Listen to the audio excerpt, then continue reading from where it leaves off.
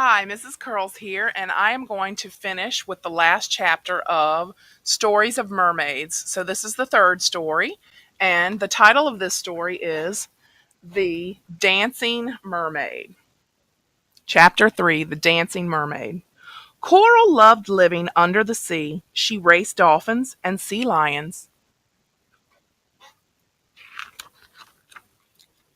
She swam with schools of shimmering sardines. She teased sharks. She spent the summer splashing in the surf. But Coral had a secret wish. She wanted to dance. Every evening she watched the humans whirling and spinning at the dance hall. She longed to join in.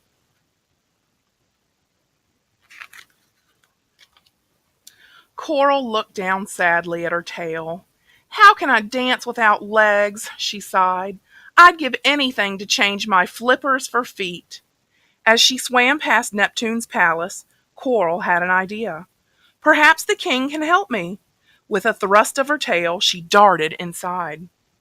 Coral entered the throne room nervously.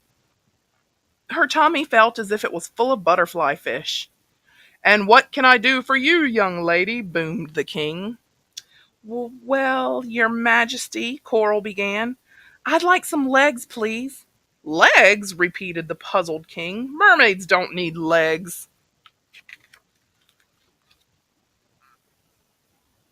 Coral told the king about her secret wish.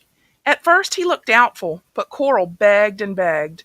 "Please, your majesty." "I will grant your wish for 1 week," he said. "Then you must decide whether to keep your legs or your tail." Coral wanted to dance more than anything, so she agreed. King Neptune pointed his magical trident at Coral's tail. A sparkling swirl shot out, and the next thing she knew, Coral was standing on the beach.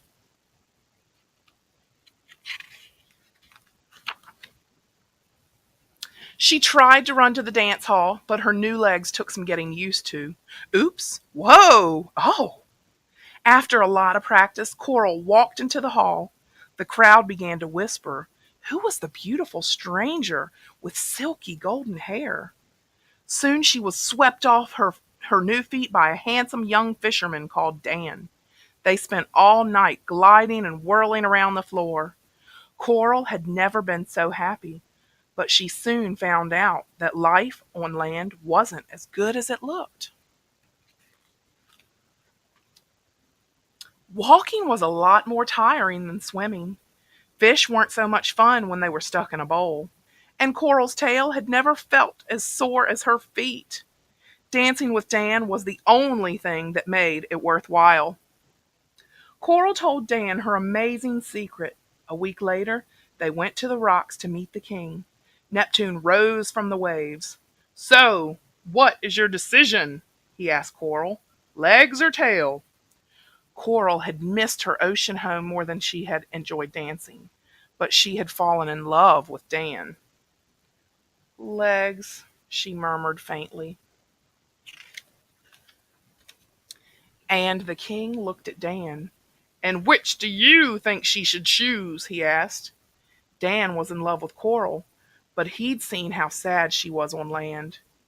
"Tail," he said. Coral was heartbroken by his reply, but the king smiled wisely and whispered another question in the fisherman's ear. Dan grinned and nodded. "I think I have a solution," said the king, and he lifted his trident. A magical cloud streamed around the pair. The next second, Coral was back in the sea. She had a tail instead of legs, and so did Dan. "Let's try underwater dancing," said Carol, and they swam off hand in hand. That was the end. I hope you enjoyed the story.